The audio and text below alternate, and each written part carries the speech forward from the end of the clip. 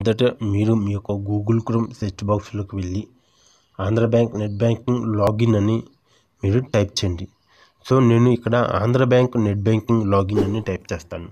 So అలా type చేసిన వెంటనే ఇక్కడ మీరు చూసినట్లయితే ఫ్రెండ్స్, మీ అందరికీ ఒక విషయం తెలుసు, ఆంధ్ర బ్యాంకు యూనియన్ బ్యాంకులో విలీనమైంది అని మీ అందరికీ తెలుసు. సో నేను ఇక్కడ ఆంధ్ర బ్యాంక్ లాగిన్ అని టైప్ చేస్తాను. టైప్ చేసిన వెంటనే ఇక్కడ కానీ చూసినట్లయితే ఆంధ్ర బ్యాంక్ అని ఉంది కదా, ఇక్కడ ఆంధ్ర బ్యాంక్ అని క్లిక్ చేస్తాను. సో అలా ఎప్పుడైతే ఆంధ్ర బ్యాంక్ అని క్లిక్ చేస్తానో, మీకు తెలుసు కదా ఆంధ్ర బ్యాంక్ యూనియన్ బ్యాంకులో విలీనమైందని. సో మీరు ఇక్కడ కానీ చూసినట్లయితే మీకు యూనియన్ బ్యాంకు సంబంధించిన డాష్ బోర్డ్ ఓపెన్ అవుతుంది. అంటే యూనియన్ బ్యాంక్ అనేది ఆ యొక్క డాష్ బోర్డ్ అనేది ఇక్కడ ఓపెన్ కావడం జరుగుతుంది. Andhra bank dashboard open కాదు, only Union bank dashboard మాత్రమే ఇక్కడ ఓపెన్ అవుతుంది. సో ఇప్పుడు ఈ యొక్క యూనియన్ బ్యాంకులో మీరు నెట్ బ్యాంకింగ్ ఏ విధంగా అప్లై చేయాలో చూద్దాము. ఆంధ్ర బ్యాంకులో నెట్ బ్యాంకింగ్ కావాలంటే యూనియన్ బ్యాంకులో మీరు అప్లై చేయాల్సిందే. సో ఇప్పుడు ఎలా నెట్ బ్యాంకింగ్ చేయాల్సిన ప్రాసెస్ చూద్దాము. సో లెఫ్ట్ హ్యాండ్ సైడ్ ఉన్న 3 లైన్స్ని క్లిక్ చేయండి. అలా క్లిక్ చేసిన వెంటనే పైకి స్క్రోల్ చేయండి. అలా స్క్రోల్ చేస్తూ ఉండండి. సో ఇక్కడ ఆన్లైన్ బ్యాంకింగ్ అని ఉంది కదా, సో ఇక్కడ మీరు క్లిక్ చేయండి. ఆన్లైన్ బ్యాంక్ అని క్లిక్ చేసిన వెంటనే యూనియన్ బ్యాంక్ నెట్ బ్యాంకింగ్ అని ఉంది కదా, ఇక్కడ క్లిక్ చేయండి. So union bank net banking ఇక్కడ నేను కూడా క్లిక్ చేశాను. సో ఫ్రెండ్స్, ఇక్కడ క్లిక్ చేసిన వెంటనే నెట్ బ్యాంకింగ్ ఆప్షన్ మీద క్లిక్ చేయండి. ఈ విధంగా ఆప్షన్ వస్తుంది. ఇందులో మీరు చూసినట్లయితే retailer user login are corporate user login అని ఉంది కదా. సో మీరు కొత్తగా మీ యొక్క ఆంధ్ర బ్యాంకుకి నెట్ బ్యాంకింగ్ అని అప్లై చేస్తుంటే మీరు యూనియన్ బ్యాంకులోనే అప్లై చేయాల్సి ఉంటుంది. ఇప్పుడు నెట్ బ్యాంకింగ్ అప్లై చేయాలంటే మొదటిగా మీరు సెల్ఫ్ యూజర్ క్రియేషన్ అని ఉంది కదా, ఈ యొక్క ఆప్షన్ మీద క్లిక్ చేయండి. సో నేను ఆ ఆప్షన్ మీద క్లిక్ చేశాను.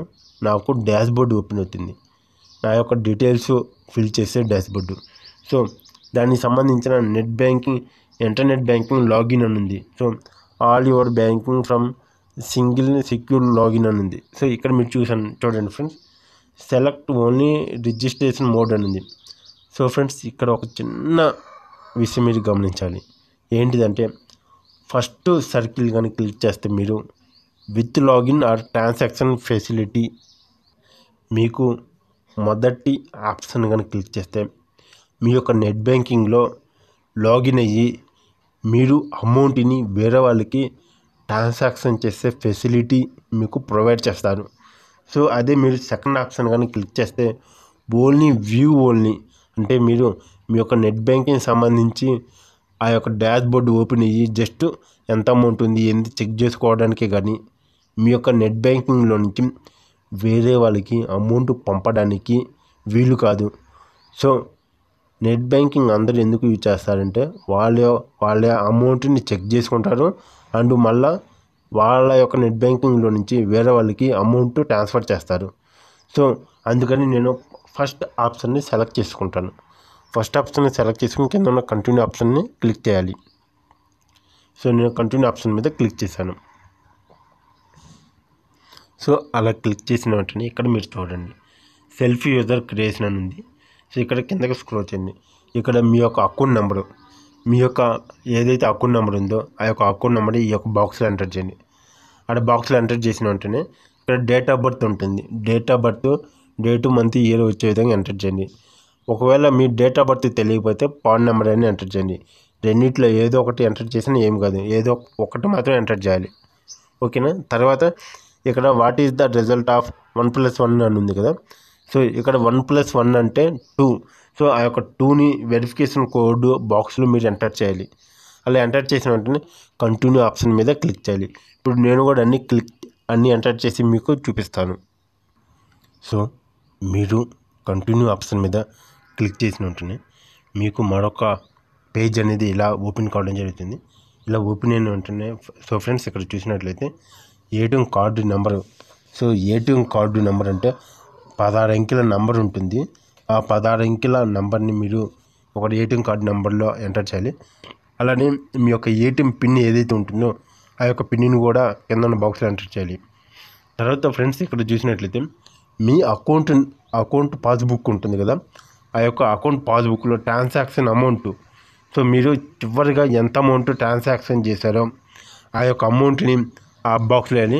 అలానే ట్రాన్సాక్షన్ టైప్ అని ఉంది కదా, ట్రాన్సాక్షన్ టైప్ అంటే ట్రాన్సాక్షన్ టైప్, సో ఇక్కడ కానీ మీరు సెలెక్ట్ చేసినట్లయితే సో ఇక్కడ మీరు చూడొచ్చు ఎటువంటి ట్రాన్సాక్షన్ టైపు మీరు ఇక్కడ ఉందని. సో మీరు డెబిటా లేదా క్రెడిటా అనేది కూడా మీరు ఎంటర్ చేయాల్సి ఉంటుంది. అంటే మీరు ట్రాన్సాక్షన్ అమౌంట్ ఎంటర్ చేస్తారు. ఎంటర్ చేసిన వెంటనే మీ అది డెబిట్ అమౌంటా లేకపోతే క్రెడిట్ అమౌంటా అనేది జస్ట్ ఇక్కడ సెలెక్ట్ చేసి ఆప్షన్ ఎంచుకోవాలి. సో ఇక్కడ మళ్ళీ ఇంకొక చిన్న విషయం గమనించండి, ఇక్కడ వ్యూ అండ్ ట్రాన్సాక్షన్ అని ఉంది కదా, సో ఇక్కడ మీరు క్లిక్ చేయాలి. ఎక్కడ క్లిక్ చేస్తేనే మీరు మీ యొక్క బ్యాంకు సంబంధించిన డీటెయిల్స్, ఎంత అమౌంట్ క్రెడిట్ అయింది, డిపాజిట్ అయింది డీటెయిల్స్ చెక్ చేసుకోవచ్చు. మళ్ళీ వేరే వాళ్ళకి అమౌంట్ని ట్రాన్స్ఫర్ చేయొచ్చు. సో ఓన్లీ ఈ యొక్క ఆప్షన్ని సెలెక్ట్ చేసుకుంటేనే మాత్రం, సో ఈ యొక్క ఆప్షన్ని సెలెక్ట్ చేసుకుని పైన ఇప్పుడు చెప్పిన డీటెయిల్స్ అన్నీ ఎంటర్ చేయండి. ఎంటర్ చేసిన వెంటనే I understand agree with you, so ఇక్కడ సంబంధించిన టర్మ్స్ అండ్ కండిషన్ మీద ఇక్కడ క్లిక్ చేసి కంటిన్యూ ఆప్షన్ మీద మీరు క్లిక్ చేయాలి. నేను కూడా మొత్తం చేసి మీకు చూపిస్తాను. సో ఫ్రెండ్స్ ఇక్కడ మీరు కానీ చూసినట్లయితే మీ అకౌంట్కి లింక్ అయిన మొబైల్ నెంబర్కి ఒక ఓటీపీ వస్తుంది. ఆ యొక్క ఓటీపీని ఇక్కడ ఉన్న బాక్స్లో మీరు ఎంటర్ చేయాలి. సో ఎంటర్ చేసిన వెంటనే కంటిన్యూ ఆప్షన్ మీద క్లిక్ చేయాలి. సో మీకు వచ్చిన ఆ యొక్క ఓటీపీని ఎంటర్ చేసి కంటిన్యూ ఆప్షన్ మీద క్లిక్ చేస్తారు కదా, వెంటనే మీకు ఇంకా నెట్ బ్యాంకింగ్ సంబంధించి ఐడి అండ్ పాస్వర్డ్, ట్రాన్సాక్షన్కి సంబంధించిన పాస్వర్డ్ క్రియేట్ చేసుకోమని అడుగుతుంది. సో వెంటనే మీకు ఇటువంటి ఒక పేజ్ అనేది ఓపెన్ అవుతుంది. సో చూడండి ఇటువంటి పేజ్ ఓపెన్ అవుతుంది. సో ఫ్రెండ్స్ ఇక్కడ మీరు పాస్వర్డ్ని క్రియేట్ చేసేటప్పుడు కొన్ని జాగ్రత్తలు పాటించాలి, అప్పుడు మాత్రమే మీకు పాస్వర్డ్ అనేది క్రియేట్ అవుతుంది. So 8 characters and maximum of 14 characters ఉండాలి. మీరు ఏదైనా ఒక పాస్వర్డ్ కానీ క్రియేట్ చేయాలి అంటే సుమారు 8 క్యారెక్టర్స్ అంటే 8 నెంబర్లు ఉండేటట్టు చూసుకోవాలి. అంటే క్యాపిటల్ లెటర్ ఉండాలి, స్మాల్ లెటర్ ఉండాలి, నెంబర్ ఉండాలి, అలానే ఏదైనా యూనిక్గా సింబల్ ఉండే విధంగా చూసుకోవాలి. ఇలా చేస్తేనే మీకు పాస్వర్డ్ అనేది క్రియేట్ అవుతుంది. లేదా మీరు ఎంత చేసినా పాస్వర్డ్ అనేది క్రియేట్ కాదు. సో నేను కూడా ఆ విధంగానే క్రియేట్ చేశాను.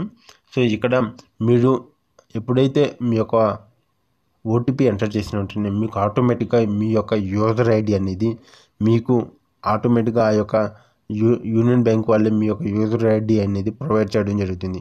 ఇక్కడ ఏ యూజర్ ఐడి అయితే ఉందో ఇది పర్మనెంట్ యూజర్ ఐడి. సో దీనిని ఎక్కడైనా రాసి పెట్టుకోండి.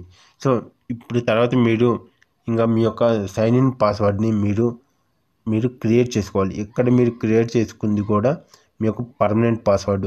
ఈ యొక్క యూజర్ ఐడి ఇక్కడ ఉన్న పాస్వర్డ్తో మీరు మీ యొక్క నెట్ బ్యాంకింగ్ని ఓపెన్ చేయవచ్చు.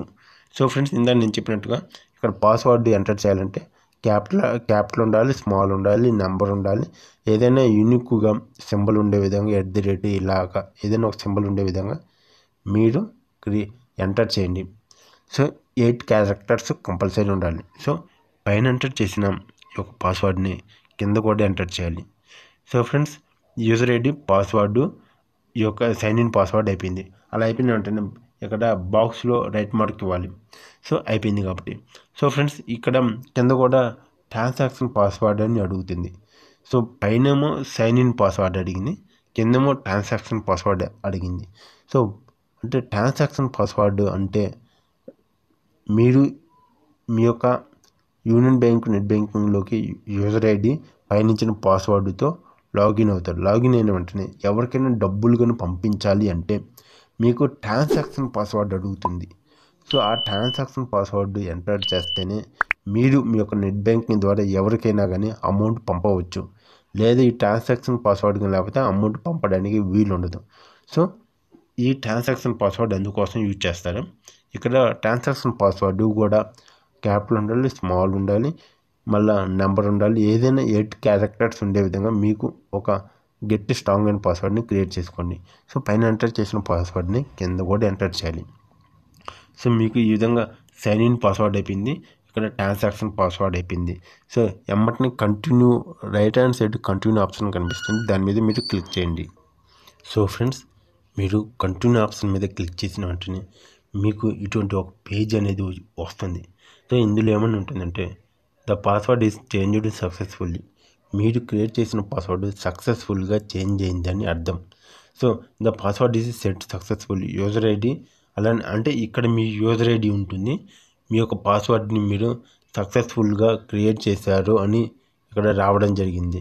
సో దీంతో మీకు సంబంధించి sign in password, transaction password create చేసుకున్నట్టే. సో అది సక్సెస్ అయిపోయింది. సో తర్వాత ఫ్రెండ్స్, ఇక్కడ మీరు కానీ చూసినట్లయితే గో టు లాగిన్ పేజ్ అని ఉంది కదా. సో ఈ యొక్క కింద ఉన్న ఆప్షన్ మీద మీరు క్లిక్ చేయాలి. సో ఆ విధంగా ఆ యొక్క కింద ఉన్న ఆప్షన్ మీద క్లిక్ చేసిన వెంటనే మీకు మరొక పేజీ ఈ విధంగా వస్తుంది. అంటే మీ యొక్క హోమ్ పేజీకి వెళ్ళిపోతుంది. హోమ్ పేజీకి వెళ్ళిన వెంటనే మళ్ళీ అగైన్ మీరు మీ యొక్క user ID, sign in password ఉంటుంది కదా, దాంతో ఒకసారి లాగిన్ చేయండి. అంటే యూజర్ ఐడి ఉంటుంది, పాస్వర్డ్ని కింద ఎంటర్ చేయాలి, లాగిన్ ఆప్షన్ మీద క్లిక్ చేయండి. సో అలా క్లిక్ చేసిన వెంటనే మీకు ఈ విధంగా ఇంకో పేజీలోకి తీసుకుపోతుంది. సో ఇక్కడ కానీ చూసినట్లయితే ఫ్రెండ్స్, మీ ఇంటర్నెట్ బ్యాంక్కి సంబంధించి ట్రాన్సాక్షన్కి సంబంధించి ఎటువంటి సలహాలు, సూచనలు, సో మీరు ఏమేమి చేయకూడదు, ఏమేమి చేయాలి, సో వాటికి సంబంధించిన రూల్స్ అండ్ రెగ్యులేషన్స్ అన్నీ ఇక్కడ చూపించడం జరుగుతుంది. ఈ రూల్స్ అండ్ రెగ్యులేషన్కి తగ్గట్టుగానే మీరు కూడా చూసుకోండి ఫ్రెండ్స్. ఈ రూల్స్ అండ్ రెగ్యులేషన్స్ ఉంటాయి. సో ఈ విధంగా మీరు ఎంత అమౌంట్ చేయాలి, ఎలా చేయాలి, ఎంత అమౌంట్ కట్ అవుతుంది, సో వాటికి సంబంధించిన రూల్స్ అన్నీ ఉంటాయి. సో మీకు ఈ రూల్స్ అన్నీ మీరు ఓకే అని అనుకుంటే చివరిలో ఫ్రెండ్స్ మీకు ఈ విధంగా కనిపిస్తుంది. సో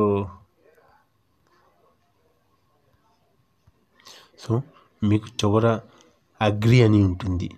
మీరు పైన రూల్స్ అండ్ రెగ్యులేషన్కి, టర్మ్స్ అండ్ కండిషన్కి మీరు ఓకే అని అనుకున్నట్లయితే అగ్రి అనే బటన్ మీద క్లిక్ చేయాలి. సో ఫ్రెండ్స్, ఇక్కడ అగ్రి అనే బటన్ మీద క్లిక్ చేయగానే సో ఇక్కడ ఒక చిన్న టాస్క్ అడుగుతుంది. ఈ టాస్క్ను కొద్దిగా మీరు కంప్లీట్ చేయాలి. సో అప్డేట్ డీటెయిల్స్ అని ఉంది. సో ఫ్రెండ్స్, ఇక్కడ మీరు ఎంటర్ పర్సెస్ అని ఉంది కదా, please enter message which will be displayed for confirmation at the time of login as the anti-phishing measure. So ఇక్కడ మీరు ఏదైతే మీరు సెలెక్ట్ చేసుకుంటారో అది యాంటీ ఫిషింగ్ కాకుండా ఉన్నదాన్ని మాత్రమే సెలెక్ట్ చేసుకోమని అడుగుతుంది. సో ఈ విధంగా మీకు కొన్ని డయాగ్రామ్స్ అనేవి ఇస్తారు. సో ఇందులో మీరు ఏదైతే యాంటీ ఫిషింగ్ అంటే ఫిషింగ్కి అనుకూలం లేనిది ఇందులో ఏ బొమ్మ మీరు సెలెక్ట్ చేయాలి. సో నేనైతే ఈ యొక్క బాల్ని నేను ఆప్షన్ సెలెక్ట్ చేశాను. మీరు సెలెక్ట్ చేసిన ఈ యొక్క బాల్ ఆప్షన్ని జస్ట్ ఆడ క్లిక్ ఇవ్వాలి. క్లిక్ ఇచ్చి ఈ పైన ఉన్న ఎంటర్ పర్చేస్ అని ఉంది కదా, సో ఇక్కడ మీరు బాల్ అని రాయండి, అంటే మీరు టైప్ చేయండి. సో ఈ విధంగా మీరు అలా క్రియేట్ చేయాలి. అలా క్రియేట్ చేసిన వెంటనే అప్డేట్ అని క్లిక్ చేయాలి. అప్డేట్ అని క్లిక్ చేసిన వెంటనే మీకు కింద మీకు మరొక పేజీ, ఇక్కడ కూడా కొన్ని చిన్న క్వశ్చన్స్ అన్ని అడుగుతుంది మన యొక్క నెట్ బ్యాంకింగ్. సో ఇందులో కూడా అయితే పీకే క్వశ్చన్ అని ఉంది, సెలెక్ట్ ఏ సెక్యూర్ క్వశ్చన్. సో ఇక్కడ మీరు జస్ట్ ఇక్కడ క్లిక్ చేస్తే చాలు మీకు కొన్ని రకాల క్వశ్చన్స్ వస్తాయి. బట్ నేనైతే ఏం సెలెక్ట్ చేసుకున్నాను, మీ ఉన్నత పాఠశాల ఏ నగరంలో ఉందని. సో నేను నాకు సంబంధించిన సమాధానం ఇచ్చాను. అలానే మీ మొదటి పెంపుడు జంతువు పేరు, మీ అమ్మ నివసించే పట్టణం పేరు. సో ఈ విధంగా జస్ట్ ఒక చిన్న టాస్క్లే, అవి పెద్ద కష్టమేం కాదు, మీకు సంబంధించినయే. సో ఎప్పుడైనా నెట్ బ్యాంకింగ్ సంబంధించి మీరు ఏమైనా మర్చిపోతే వీటితో మీరు లాగిన్ కావచ్చు అని జస్ట్ ఒక టాస్క్ మాత్రమే, మీరు భయపడాల్సిన అవసరం ఏం లేదు. సో అంతా ఓకే అనుకుంటే ఈ టాస్క్ అంతా కంప్లీట్ అయితే నమోదు చేయండి మీద మీరు క్లిక్ చేయాలి. సో ఫ్రెండ్స్, మీరు ఆ యొక్క టాస్క్స్ అయిపోయిన వెంటనే చివరిలో మీకు ఈ విధంగా రావడం జరుగుతుంది. Registration and process kindly login after 2 working days అని ఉంది. So challenge questions update successfully అని వచ్చేసింది. సో ఫ్రెండ్స్, మీరు మీ మొబైల్ని నేను చెప్పిన ప్రాసెస్ అంతా మీరు ఈ యొక్క వీడియో చూసేసి మీ యొక్క యూనియన్ బ్యాంక్ సంబంధించిన నెట్ బ్యాంకింగ్ మీ మొబైల్లోనే అప్లై చేయండి. నేను కూడా నా యొక్క మొబైల్లో అప్లై చేశాను. సేమ్ నేను ఎలా అయితే చేశానో మీరు కూడా అదే విధంగా చేయండి. సో ఫ్రెండ్స్, ఇక్కడ మీరు కానీ చూసినట్లయితే 2 days తర్వాత మీ యొక్క నెట్ బ్యాంకింగ్ అనేది అప్రూవ్ అవ్వడం జరుగుతుంది అని ఇక్కడ చూపించడం జరిగింది.